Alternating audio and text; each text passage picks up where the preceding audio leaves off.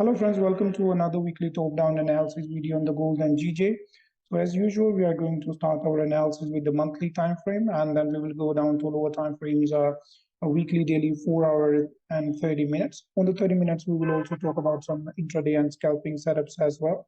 So without wasting any time, let's get started. And first of all, we are going to start with the gold. So on the gold monthly time frame, so we can see that on the gold we have this a huge rejection area. So we have seen like we got rejection here, rejection. So finally, we have found resistance in this area. Like every time we can see, we found resistance here, price came down. We found resistance here, and the price came down.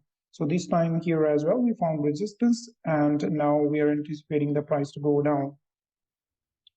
Now we can also see that we have this support here. So we could see that, okay, we have this support, and the last monthly candle closed below this support. The only problem is that the last monthly candle did not have the bottom wick, which means that there was a pretty less probability for the next monthly candle to go down. Also, we could see that we have this support right here. The next support is right here. So we can see that the next support is right here, and as we can see, the new monthly candle just didn't make the top wick. It immediately came down, retested this support, and right now bouncing to the upside. So now let's go to weekly time frame to find more details and what is happening on the weekly time frame. So let's see on the weekly time frame. So on the weekly time frame, we were making lower lows and lower highs. So as we could see, we created a low, lower high, lower low, lower high, lower low, lower high, and then we broke this support, created a new low, and now we can see that the last weekly candle closed above this resistance, but we are still below the previous resistance of this lower low and lower high market structure. So basically, as per the market structure, we are still bearish on the weekly, but at the same time, we have closed above this resistance, and the next resistance is right here, right? Also, the problem with the last weekly candle is that we have closed bullish above this resistance, but this the last weekly candle do not have a top wick, which means there is a less probability for the price to go up. Also, we have the next resistance pretty close by. So let's see what happens. Also, we can see that we have the next support right here, and there is one more support right here, right? So we can see that we have the support, and support. So now if we get a weekly candle close below this support, then there will be higher probability for the next weekly candle to create the top wick and go to the next support, this one.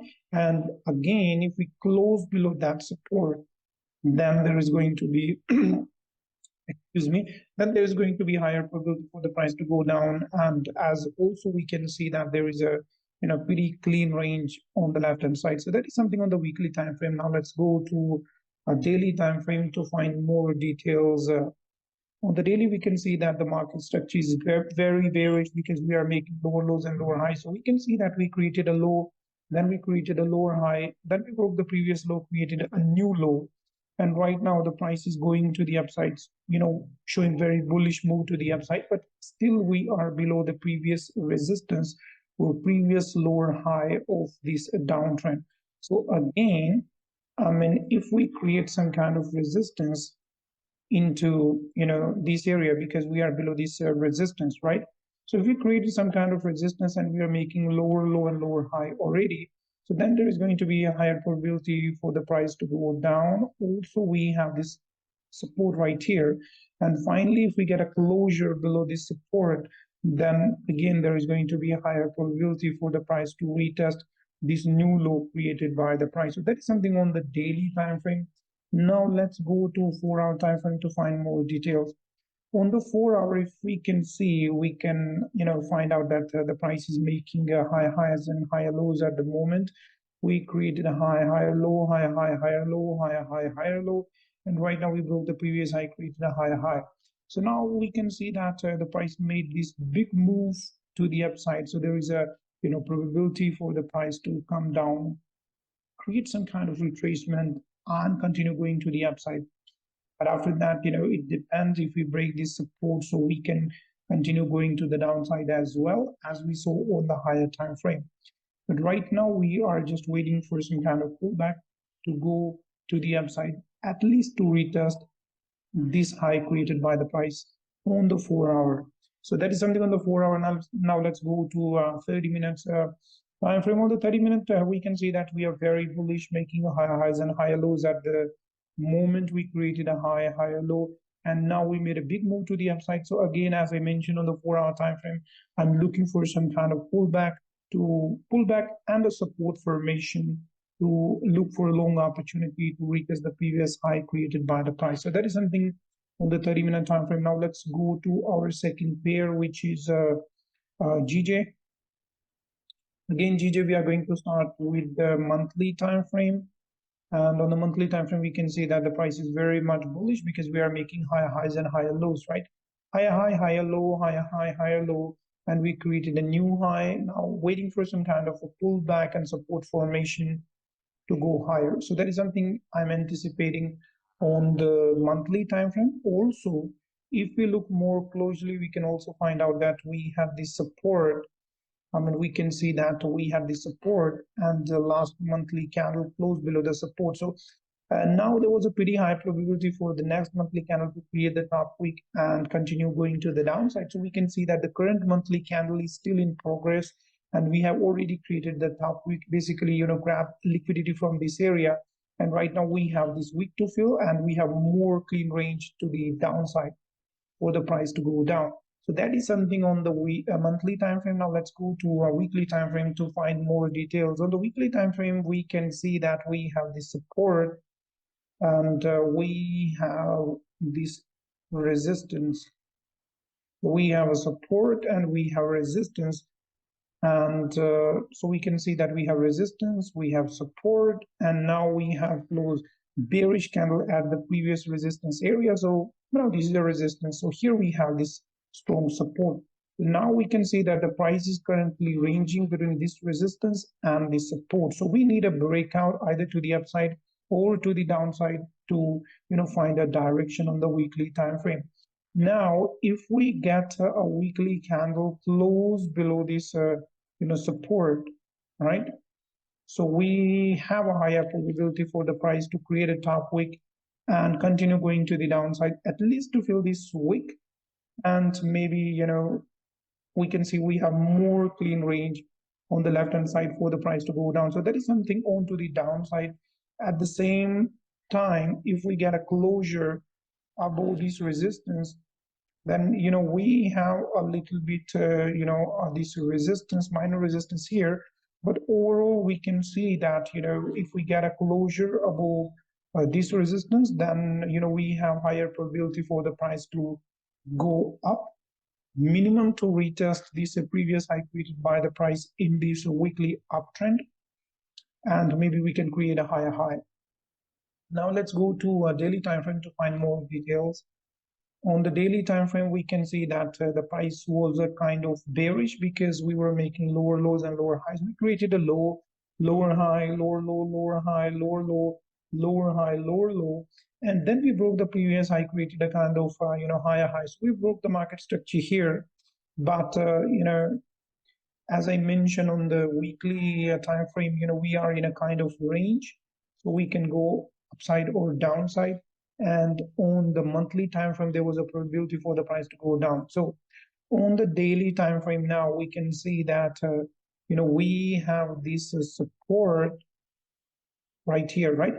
So we have this support. Also, we can see that there is another support, then more support on the left hand side, right? But if we get as we can see, we already got a closure below this support. This support, we got the last daily candle close below this support. So now we have a higher probability for the next daily candle to come up, create the top wick, maybe grabbing the liquidity from this area and then flip bearish and continue going to the downside. And if we have higher volume, then we can come to this support as well. But we have to be careful because we have these supports on the left hand side.